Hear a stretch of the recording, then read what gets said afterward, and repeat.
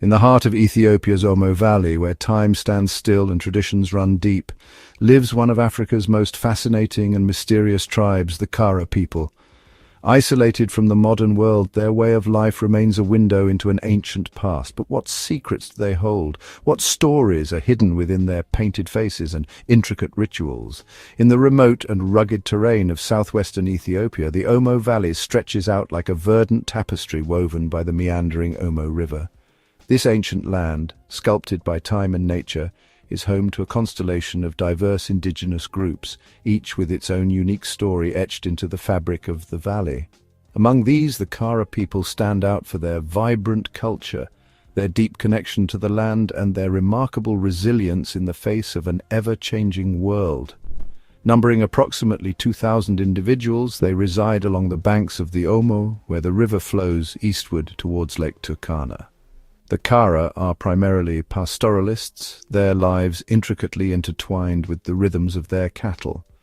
These animals are not merely livestock. They represent wealth, social standing, and a deep spiritual connection.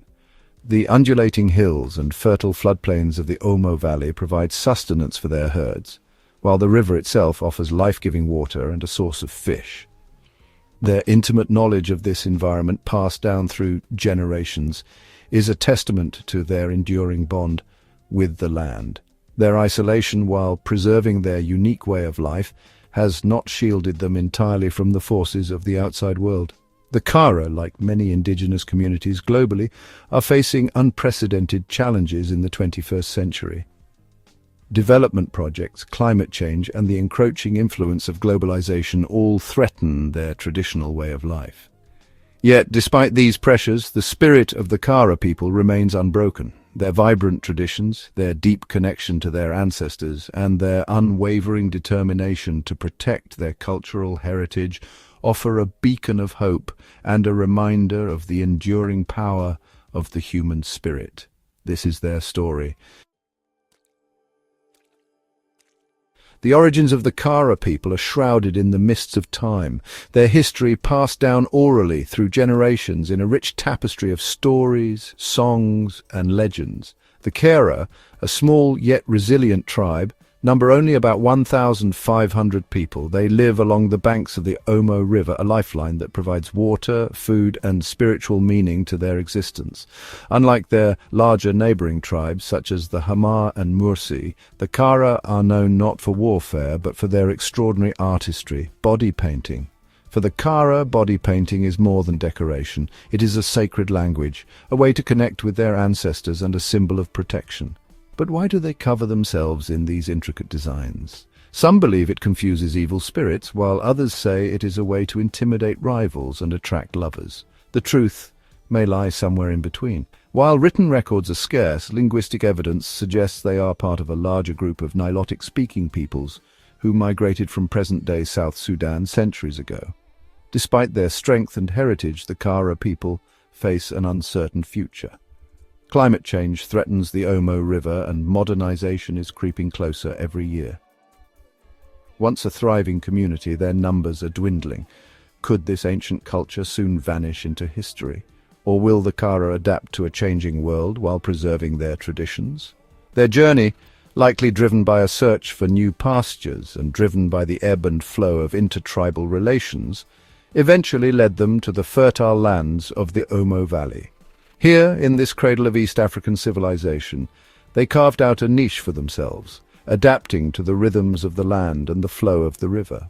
The Omo Valley, with its diverse ecosystems and abundant wildlife, provided the Kara with everything they needed to survive. Over time, they developed a deep understanding of the land, its seasons, and its secrets. At the heart of Kara life are their ceremonies, rites of passage that shape their identity. One of the most mysterious is the bull jumping ritual, borrowed from their Hama neighbors. Young men must leap across the backs of bulls to prove their strength and readiness for adulthood. Those who fail bring shame upon their families, while those who succeed earn the right to marry. They learn to read the subtle signs of nature, predicting the rains, anticipating droughts, and living in harmony with the environment. But there are even deeper secrets, whispers of ancient spiritual practices, of shamans who can communicate with nature, and of powerful beliefs that outsiders may never fully understand. Are these just myths, or do the Kara hold knowledge lost to the modern world? Their history, however, has not been without its challenges. With each passing year, the outside world presses closer. Some Kara welcome change while others resist. But one thing remains certain: their story is far from over. Will they find a way to balance tradition and progress, or will they become another lost tribe of the Omo Valley? Intertribal conflicts, territorial disputes, and periods of drought tested their resilience. Yet through it all they endured, their culture evolving and adapting, their traditions serving as a bedrock of strength and identity. The echoes of their past resonate in their present, shaping their worldview, their rituals, and their relationship with the world around them.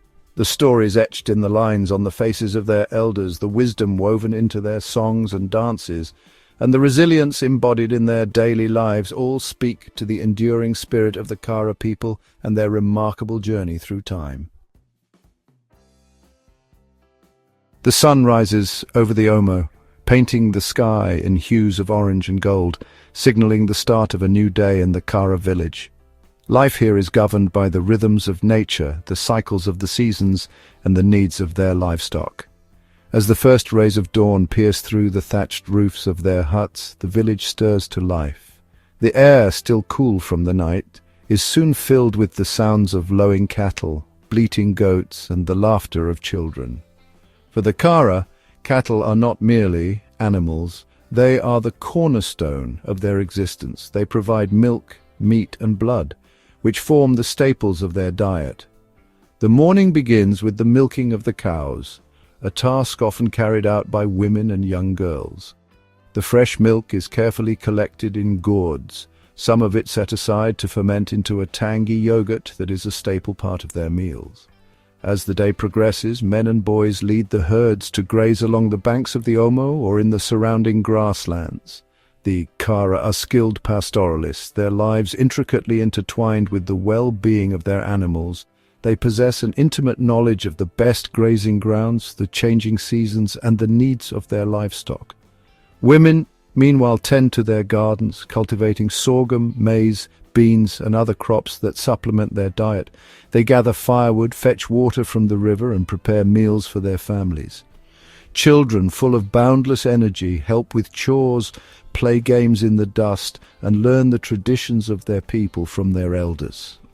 As the sun begins its descent, casting long shadows across the valley, the herds return home, their bells clanging a familiar melody. The air fills with the aroma of roasting meat and the sounds of laughter and conversation as families gather around the fire to share stories and strengthen the bonds that unite them. If you found this journey into the world of the Kara people fascinating, don't forget to like, share, and subscribe for more stories from the hidden corners of our world. Leave a comment below. What do you think about the future of the Kara? Should modernization be embraced, or should these ancient traditions be preserved at all costs? Let's keep the conversation going.